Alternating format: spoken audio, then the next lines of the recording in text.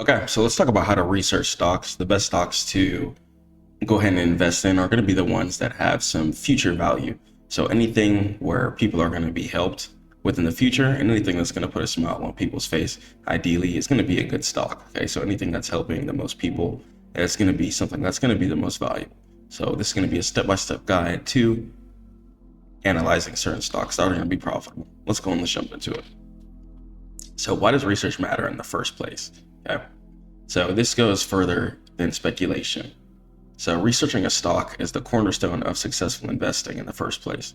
It allows you to move beyond speculation and base your decisions on a company's real value rather than on market hype, such as like Instagram hype, Twitter hype, or anything like that, or a rumor. Okay. And a disciplined research process helps you understand what you own, okay, and how you're going to manage your risk. So managing your risk is pretty much going to mean how much money you're going to be saving, okay, how you're distributing your money, okay, and how much money you're going to be risking per trade. Okay, so that's what managing your risk is going to mean.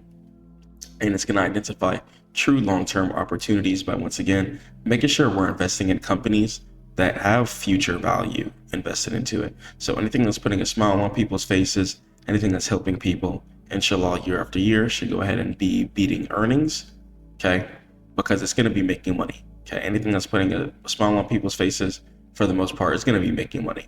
Okay, and then when companies are making money, stock value decides to go up. And since as shareholders, we're pretty much going to be company holders, at the bottom value here, we're going to be in. Let's say we get in right here, and then we can go ahead and exit at the top, right? Because we went ahead and got in before price decided to pump up super duper hard, because we did our research before, for example. So informed decisions are going to help us out. Research gives you the data needed to assess a company's health and future potential, reducing reliance on guesswork. And without research, you're simply gambling. So risk management. By understanding a company's fundamentals, you can identify potential red flags and avoid overvalue or unstable investments. It helps you quantify your risk exposure. And proper analysis helps you find stocks that are undervalued by the market, providing the opportunity for long-term growth and capital appreciation. So depending on whatever time period you're in, okay, let's say as of 2025, AI is super duper popular. Okay, so a lot of companies dealing with AI when it comes to chips, like Nvidia, for example, are going to go ahead and be extremely popular. Okay, so whatever time you're watching this in, okay, relate it to the current sector. Okay, whatever is popular within your current sector, see what companies are advancing the future forward, and go ahead and invest into that. Make sure you're doing your TA, your technical analysis, and read the charts. Okay, try and buy certain areas that are going to involve dips, and make sure there's some resistance above current price, so you know price is something to hunt for. And keep your risk management in place. By understanding a company's fundamentals in the first place, you can identify potential red flags and avoid overvalued or unstable investments. Even if a chart is looking pretty good, if a company's fundamentals aren't good, then the company just won't work out, or a lot of the times the trades won't work out how you want them to. And it's going to help you quantify your risk exposure. So, identifying the value. Proper analysis is going to help you find stocks that are undervalued. Once again, okay, so finding undervalued stocks is going to mean that, okay, I'm going to be able to catch this low, and I'm going to be able to catch the whole sweep up into the highs before it starts getting popular. Okay, but be careful when you're doing this. Don't invest into things that don't have any value. Okay, and don't invest in any meme coins or any meme stocks. Okay, a lot of the times things like that are not undervalued, they're valued low for a reason, and they only burst a couple times a season due to just certain events that most likely won't happen again. So a guiding compass. So in volatile market conditions, your research is going to serve as a compass, and it allows you to stay the course and avoid making emotional, fear-driven decisions within the market that could plummet your account entirely. Okay, so make sure you do your research and understand why you're getting into the trade. Make sure the technicals and the fundamentals behind the trade make sense. So, fundamental analysis. Let's talk about core financials. So fundamental analysis is the process of measuring a company's intrinsic value by examining its financials. Okay, so you're going to see if the company is making money or if it's losing money, okay? And you can also determine if it's profitable regarding its economic factors. So if a company is like, you know what, we're banned in all countries besides this country, that's an economic factor that could potentially drive the price in a downwards direction due to the fact that that's less sales being available, since that's less volume available to clients, since countries are being banned, okay? And it's going to help you determine if a stock is a good long-term investment by looking at a company's financial health and not just its current price. And key financial metrics. So let's take a look at the PE ratio, a common valuation metric that compares a company's share price to its earnings per share. A high PE, and that means price to earnings, okay? Price to earnings, PE, price to earnings ratio can indicate a stock whether or not it's overvalued or has a high growth expectation, while the low price to earnings value may suggest that it's undervalued, okay? And EPS stands for earnings per share, and it's a company's profit allocated to each outstanding share. And rising EPS is a sign of profitable and a growing business. And it's a key indicator of a company's profitability. And revenue growth. It measures how quickly a company's sales are affecting the company's revenue, okay, in an increasing manner. And consistent revenue growth is a sign of a healthy and expanding business, indicating strong demand for its product or services. And ROE stands for return on equity, also known as ROE. And it's a measure of financial performance calculated by dividing net income by shareholders' equity. Okay. So ROE reveals how much of a profit a company generates with the money shareholders have invested. And a high ROE generally indicates efficient management. And this ratio indicates how much debt a company is using to finance its assets relative to the value of shareholders. Okay, and that's going to be called the debt to equity ratio.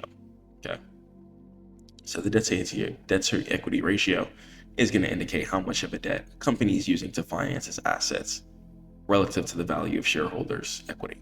Okay, and a high D ratio can indicate high financial risk. So charting the course, technical analysis, also known as TA, it's reading the charts. Okay, study the charts, understand the charts before you even put a dollar into the market. Okay, understand support. Support is going to be a low area where buyers are going to step in, price is going to potentially push in upwards direction from there, and resistance is going to be an area where sellers step in and price should head in a downwards direction from there. And technical analysis is the study of past market data. This is a left to right chart we're going to be reading, so anything that happened to the left is going to be relevant to the right. So it's the study of past market data, primarily price and volume, to forecast the future price movements.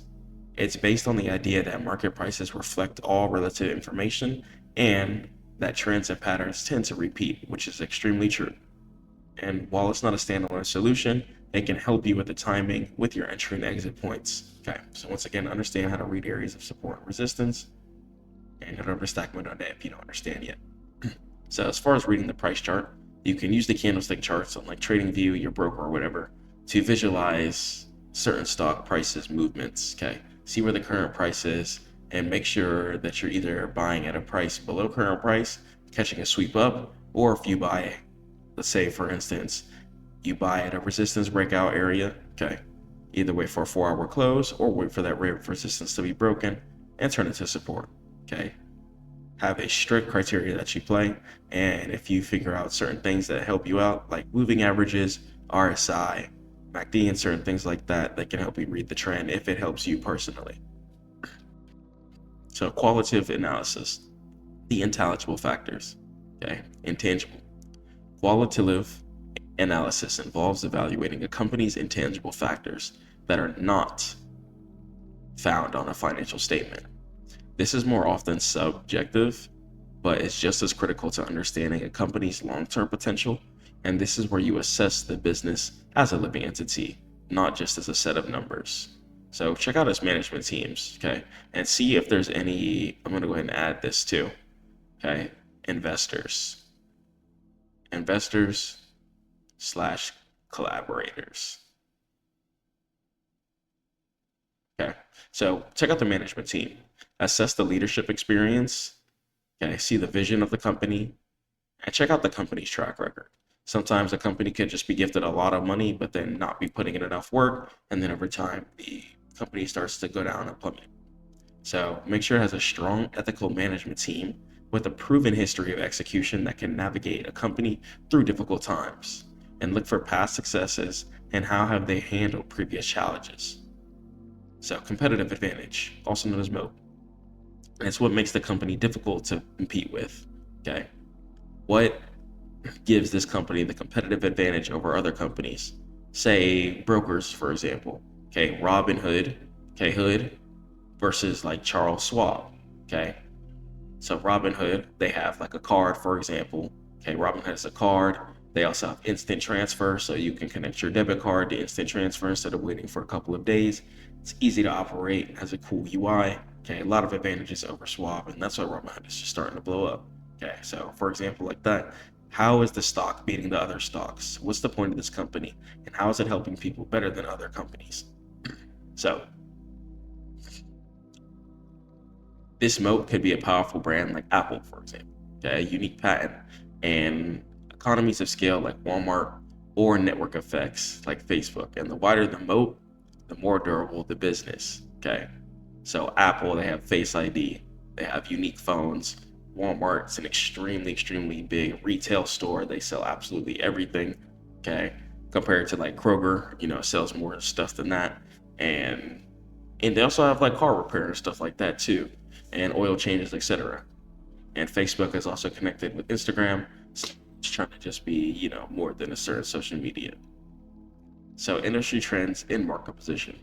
And is the company in a growing industry? That's going to be a big thing. Okay. Is the company growing? Okay. If the company isn't growing or it's not in a growing industry, kind of just forget about it. Okay. Is it a leader or is it a follower? And is the company in a declining industry that may struggle no matter how well that is managed, while a leader in a growing market has a tailwind at its back? So Robinhood, trading is becoming exceedingly popular. Okay, crypto laws are getting passed. So broker cryptos or um, brokers that host cryptocurrency are starting to go up on the stock market as of like 2025, for example, due to the fact that it's in a growing industry. Okay, same thing with AI stocks, for example, past couple of years as of 2025. Okay, so whatever time frame or year that you're in, play and do your analysis based off of that. So reading financial statements, that, yeah, we'll restart. So financial statements here. So they're the ultimate source of truth about a company's performance. And you must know how to read and interpret the three main statements to truly understand a business's health. So income statement. So the income statement, it shows a company's revenues, expenses, and net profit over a period. Okay, so it's going to show you pretty much the time over a quarter or year. And the balance sheet, it provides a snapshot of a company's financial position at a single point in time. And it lists its assets, liabilities, and shareholder equity. And it tells you what the company owns and owes. And a healthy balance sheet shows more assets than liabilities. And cash flow statements. It details how a company generates and uses cash.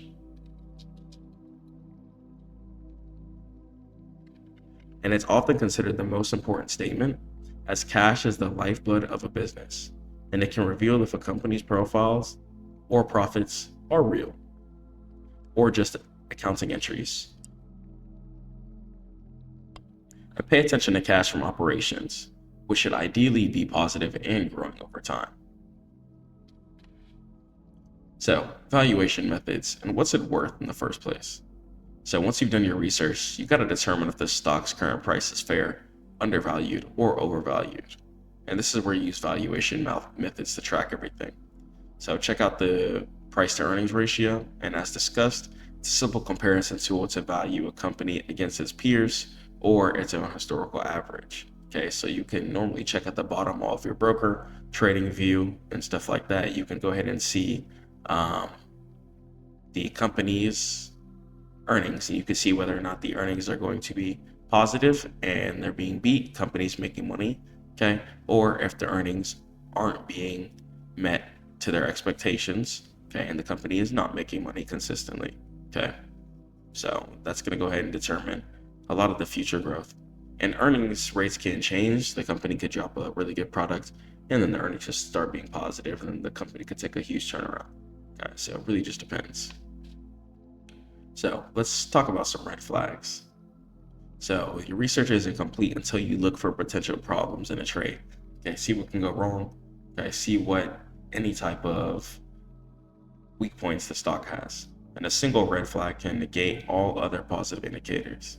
And check out if there's any insider selling. So while it's not always a negative, a significant amount of insider selling, okay, and that means executives are selling off their stock, that can be a signal that the company's leadership lacks confidence in its future. So if you start seeing that shareholders, okay, people who own the company, okay, and stuff like that start selling their shares within large flows, okay, which means like all together and stuff like that, that could indicate that they might mean that the future, or at least briefly, the future may not be too strong, okay, but not every time. They could also be taking profits, okay. And high debt. So a company with high debt load and low cash flow may be at risk during an economic downturn, causing it to crash significantly harder than certain other things. And other stocks too, like let's say Apple, for example. Apple goes through a lot of stuff with their iPhones, okay, causing their stock to crash and go down sometimes, okay, and that's because of legal and regulatory issues. Same thing with like Tesla, for example, okay, sometimes Tesla's going through legal stuff and regulatory issues, and that can make price decide to go down. So check for any ongoing or past lawsuits. A lot of times TradingView will update you with the current news, see if there's any fines going on, okay, because if the company's owed a large amount of money, that could mean that they have to pay a larger back, which means their investment time could be a bad time to invest, okay? Or regulatory actions that could impact the company's reputation or profitability. And the frequent share dilution. If a company is frequently issuing new shares, it can dilute the value of your existing shares. So putting it all together. So a truly comprehensive stock analysis combines all of these approaches into a single cohesive view. Fundamental analysis tells you the what, okay, see what sector you're getting invested in, okay, see how it's going to affect the future, and see how it helps people, okay.